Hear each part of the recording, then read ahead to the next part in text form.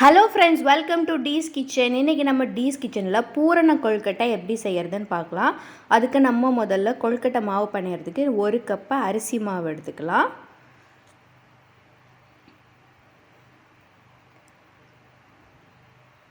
இப்போ இதில் 1/4 டீஸ்பூன் உப்பு போட்டு லேசாக கலந்து விட்டுக்கலாம்.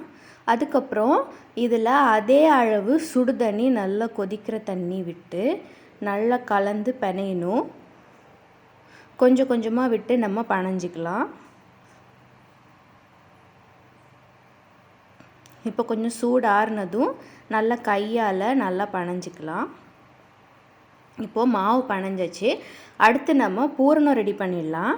அதுக்கு நம்ம சில பவுடர்ஸ் அரைச்சிக்க போகிறோம். மிக்சர் ஜாரில் ஒரு டேபிள் ஸ்பூன் உடச்சக்கடலை, 3 பாதாம், 3 முந்திரி, 2 ஏலக்காய், இதை போட்டு நல்லா பொடிச்சு எடுத்துக்கலாம்.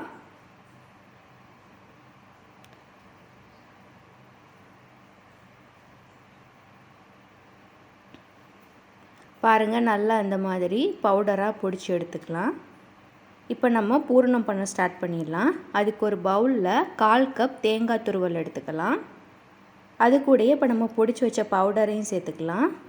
கூடவே 1/4 கப் வெல்லத்தை நல்லா பவுட்ரு பண்ணி இதில் சேர்த்து நல்லா கலந்து விட்டுக்கலாம்.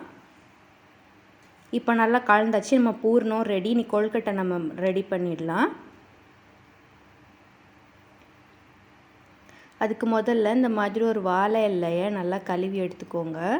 அதில் லேசாக எண்ணெய் ஊற்றி நல்லா தடவிக்கலாம்.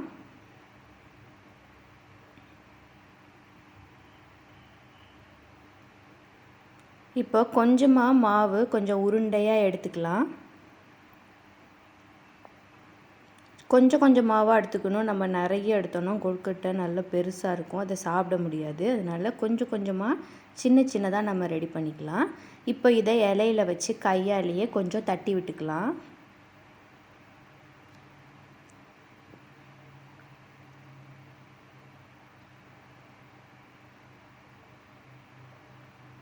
இப்போ இந்த மாதிரி தட்டினதும் இதில் பூரணத்தை எடுத்து நம்ம சென்டரில் வச்சுக்கலாம். இந்த ஸ்பூனில் கொஞ்சமாக எடுத்து வச்சுக்கலாம்.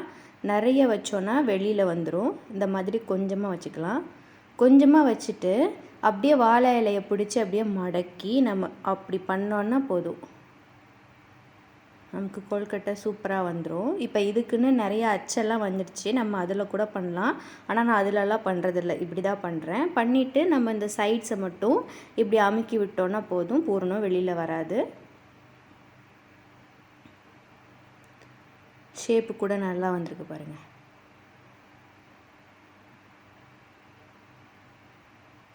அவ்வளோதான். இந்த மாதிரி நம்ம எல்லா மாவையுமே நம்ம கொழுக்கட்டை ரெடி பண்ணி எடுத்துக்கலாம். எடுத்துகிட்டு இப்போ நம்ம இட்லி பாத்திரத்தில் வச்சு ஒரு 10 மினிட்ஸ் நல்லா வேக வச்சு எடுத்துக்கலாம். எக்ஸாக்டாக 10 மினிட்ஸ் போதும், இது நல்லா வெந்துடும்.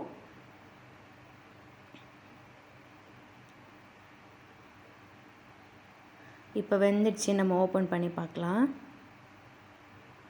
பாருங்கள், எந்த பூர்ணம் அதெல்லாம் எதுவுமே வெளியில் வராமல் எப்படி மொழுன்னு இளநீர் மாதிரி இருக்குது பாருங்கள் பார்க்குறதுக்கு.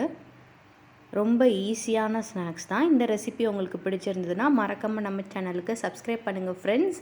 நன்றி.